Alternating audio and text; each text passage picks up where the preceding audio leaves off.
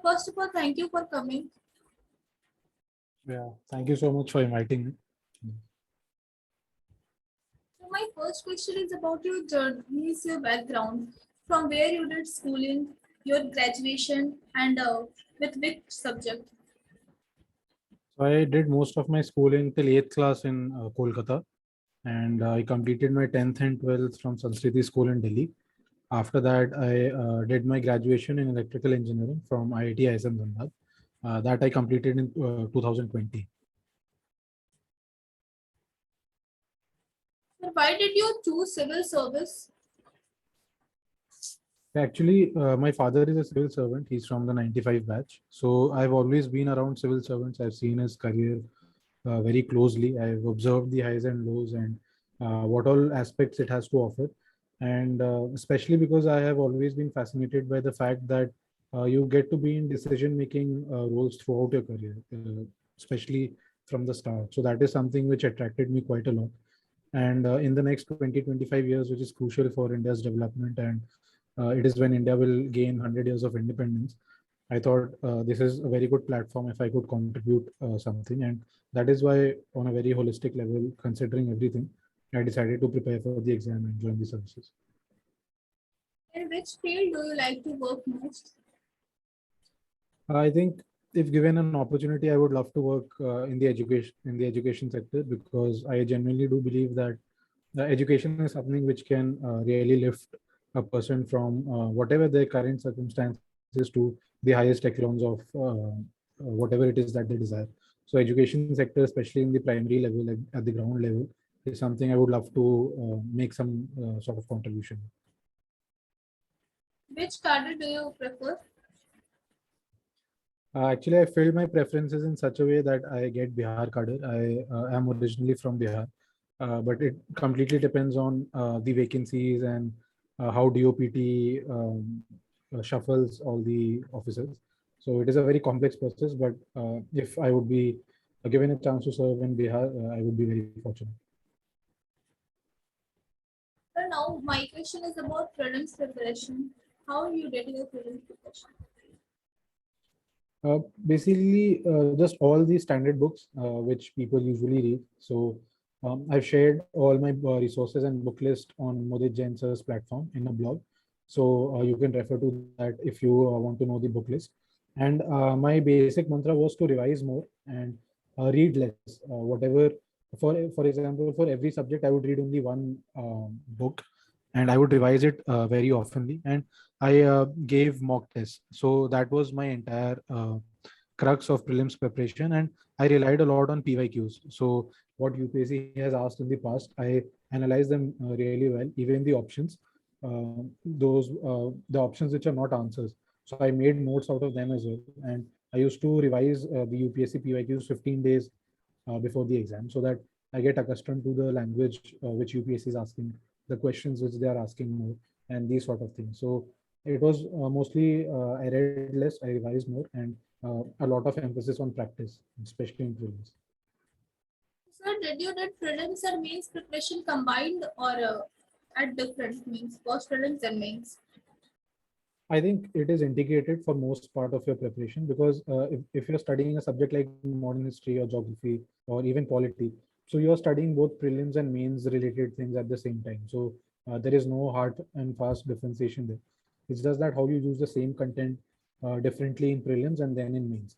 However, for certain subjects like you have governance or society, international relations, disaster management, internal security, these are subjects which are asked only in the mains examination. So their preparation is only mains oriented and not a lot of factual details that you need to know for the prelims. So it depends on topic to topic, but for the majority portion of the preparation, it has to be in an integrated manner. Is there any secret tip for prelims? Is there any word? Sorry. Is there any secret tips for prelims? I think the only secret thing, I don't think there's any secret. I mean, if you look at any topper, or if you talk to any person, and quite a number of people now that I've interacted with, it is the same thing, that you revise more and more and you read less, because you need to be very clear about the content that you're reading. Because if any question comes from that, then you should not be doing it wrong. And in prelims, people usually think there are 100 questions, but there are more than 250 statements. So it is very important to know 100% that you know a statement, or 100% that you don't know a statement. So that helps in eliminations. So prelims is mostly about confidence in your preparation, and not really about any secret ingredient or anything. And one thing I would like to mention is that in prelims, 60% of the paper will come from economy, polity, modern history, and environment basics. So if you have these aspects covered, then prelims will not be that difficult for you. And if you look at the trend in prelims examination, UPSC always introduces one aspect in the exam which makes it very tough for the candidates. At some point of time, it used to be national parks, wildlife sanctuaries, Buddhism, Jainism. In 2020, it was agriculture. 21, it was the paper which I gave. It was sports and very difficult questions on art and culture. This time it was IR. So these aspects UPSC will always do with some subject, but if you keep your core syllabus strong, then you will qualify prelims easily. Any tip for CSAT? I think the only tip for CSAT is practice the PYQs and analyze how comfortable you are with it.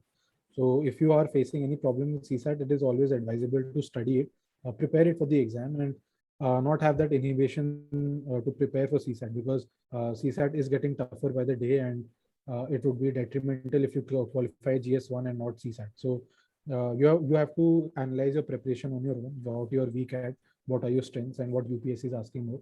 For example, in the math section, they ask more on calendars and percentage, ratio, work, time, distance. So you can prepare these topics beforehand. And for example, I left topics like cube and cuboid because I found them difficult. So you have to make your preparation strategy on your own, but you cannot ignore CSAT because the toughness of the paper is increasing every year, and you have to qualify that exam. So you have to be prepared for it. Now moving to mains, how did you did your mains preparation? It was, as I said, it is mostly integrated. So, for example, when I studied polity, history, modern history, these type of topics, so I would try to see how I am using that content in my answers. So that same content that we are reading for prelims. So that answer writing for these topics can start, these static topics like geography, modern history, polity. It can start after you have done 1.5 revisions, after 4 months around of your preparation, and then you can prepare these topics for means. For other topics like as I said, security, IR, society, these topics, when you are completing 7 to 8 months of your preparation, you have a better understanding of the GS syllabus entirely. Then you can write better answers and more multi-dimensional answers in these aspects or in these topics. So it depends on topic to topic. And for mains, what I mostly relied on was, again, I made very crisp notes on every topic which is mentioned in the main syllabus. Means the best part is that the syllabus is very well defined. So if you make 250 to 300 word notes on every topic, that will help you in replicating something or the other from your notes in the exam if that topic is being asked. For example, if you have made notes on pressure groups and NGOs, so if something comes up in the exam, you know it, you at least have 300 words of content ready for it, and then you modify it according to what is being asked in the question exactly. So I did that practice for all topics in main and all topics which are mentioned in the syllabus, and I tried to complement it with current affairs. How did you link the current affairs with the static portion? So again, your current affairs linkage with static portion will only be strong if your static portion is well covered. So, for example, currently in news, there are certain topics like anti-defection law. It was in news even when I was preparing 2020. So until and unless you know the constitutional provisions and other issues related to anti-defection law, you won't understand what is actually going on in the current affairs section. Or, for example, there are topics such as governor and the federal issues arising due to it. These are always in news. So for you to better understand them, you need to understand your governor uh, topic as such really well. And for example, in disaster management, you'll have if you have some certain disaster somewhere. So for you, it is more important to know the NDMA guidelines, how it is being handled, what are the SOPs for it. So these type of things, if you know, if you have covered your static well, then you'll be able to complement it with your current affairs really well. So, and then it happens in other subjects as well. For example, in society, there are certain topics in news such as marital rape is very much in news. Manageable age of women is in news. So for these, you need to understand the topic of women and associated issues really well. So once you do that, when you know the constitutional provisions, the legal provisions, then you can complement current affairs with your static portion really well. Any tips for optional paper? I think the biggest tip is that your mains, you cannot do well in mains without optional paper. So you have to perform well in your optional. So choose it very wisely, choose it depending on your interest and not what other people are guiding you. Every optional scores well. So it is a myth that only certain optionals are well scoring. So you have to choose your optional depending primarily on your interest, how much you can study, how depth you can study, because this is the only paper where UPSC is expecting expertise from you, and this is the only paper in which they reward marks accordingly as well. So your optional has to be a strong point of your preparation. So the only tip is that choose it wisely and then try to finish the syllabus as soon as possible, and try to have at least one revision before the prelims examination of your optional paper. For language paper? For language paper, I don't think, for example, I did not study a lot for the language paper. And giving a background, I think Hindi was the last time I studied in 8th class. And in 9th and 10th, I had Sanskrit as my subject. And in Sanskrit, you don't have to write a lot. So if you look at it practically, I think it's more than 10 years since I wrote in Hindi. Despite that, I didn't do any practice for Hindi because I knew you only have to qualify and you have to only get 75 marks. So that you can, there's an essay, then there are 2 translations, then there is precis writing. So through these 4 or 5 topics, you can easily score 70, 75 marks. And then there are other topics through which you can gain another 25 marks. So that should not be that big of a problem. And even if you are anxious about it, if you're facing an issue, you can just try writing one paper and see where you are struggling. And even I didn't write a very good Hindi paper, but it is just enough to qualify. UPSC is not very harsh in the language paper, as far as my experience goes. Any tips for answer writing? I think answer writing, the only tip is that it is a very labor-oriented process. So until and unless you actually pick up your pen and start writing answers, you will not get better at it. Even when I started answer writing, the very first answer I wrote, it was a 10 marker. I wrote it in more than 20 minutes, and in the actual exam you get only 7 minutes. So in the initial phases you will be really bad with it, and it will be very difficult for you. But it will only get better with practice. And the tip is not to get afraid by it. You just have to continue with it on a daily basis. After a certain level of revision, as I said, in, let's say, in polity or modern history, after 3 or 4 months, after you have revised once, you can start writing 5 answers and see if you're completing it on time, how well you're writing. Those sort of analysis you can do, and slowly and steadily you will pick up pace, and you start understanding how to address the question, how to write the answers, and then you will pick up pace as well, and you start writing answer in the allotted time. And answer writing it is a practice based thing. It is a labor based thing. So just reading toppers answer copies and listening to videos will not be helpful. You have to pick up the pen and start writing. When to start answer writing? In the first day only, or in the middle of the preparation, or after completing the whole syllabus? No, not in the first day, because when you don't have content, you won't be able to write answers. So as I said, for static subjects like geography, modern history, polity, all these subjects, you can start answer writing after you have completed one revision. So that would take you around 3.5 months. And the rest of the topics which require a more multidimensional aspect to their answers, you can start them after 7-8 months when you have covered the GS syllabus holistically, so that you'll have a broader understanding, especially paper like essay, where you need your entire GS syllabus at your tips. So you can start that after you have a holistic understanding of the entire GS syllabus. And since you would have already done answer writing beforehand for static topics, you would not be out of your comfort zone when you will be writing answers for these topics. So it has to be in a bit part manner. You cannot say that I will start answer writing from today and you start writing answers for all the papers. It has to be topic wise. You have to identify your topics and revise and answer, like write answers accordingly. How did you prepare for your interview? I think I had very little time because 22nd March was when they announced the schedule, and my interview was on the 6th of April. It was the second day. So I only had 14 days to prepare for the interview. So I just picked up my DAF. I analyzed every aspect of it very closely. I made notes out of it.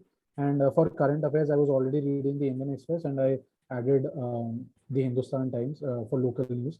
for local related news for my interview. So nothing very different to what other people usually do, but just that I analyzed my DAF really well, and I gave 5 mock interviews before I went to my actual interview. So that is all. I mean, it is mostly DAF oriented, so you don't have to prepare anything out of the extraordinary. You just have to be true to yourself and whatever you write in the DAF. What should we do during preparation to develop our personality?